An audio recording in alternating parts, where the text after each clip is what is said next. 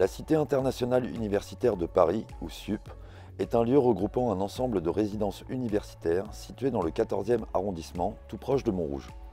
On y trouve 40 maisons accueillant des étudiants du monde entier depuis 1925. Du Mexique au Cambodge, en passant par le Maroc, beaucoup de pays sont représentés. Dans la partie sud de Paris, rue Monge, découvrez les arènes de Lutèce. Construites au 1er siècle, elles servaient à la fois pour des représentations théâtrales et pour les combats de gladiateurs. Lutèce était à cette époque le nom donné à la ville de Paris. Laissez-vous dépayser au 17 rue Pajol, dans le 18e arrondissement, derrière d'insignifiantes portes de ce quartier, surnommé Little Jaffna, qui est la capitale culturelle des Tamouls au Sri Lanka. Ganesh est considéré par les hindous comme une divinité suprême, dieu du savoir et protecteur des domiciles. Départ pour la célèbre rue Oberkampf au 104, pour apprécier la cité du figuier.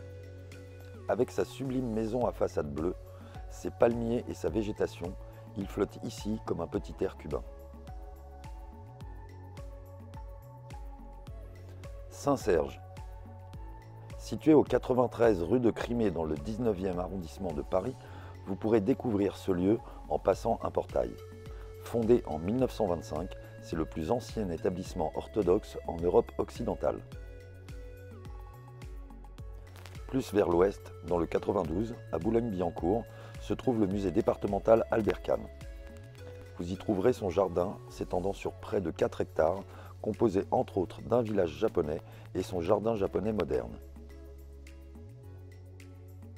Direction le 8e arrondissement, place Gérard Houry, à la découverte de la pagode chinoise, la Maison de Lou.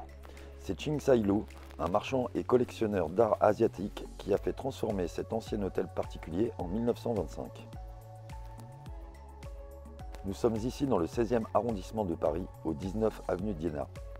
Adossé au Musée national des arts asiatiques Guimet, vous découvrirez cet espace vert et son atmosphère zen, composée de bambous géants et d'un espace aquatique apaisant.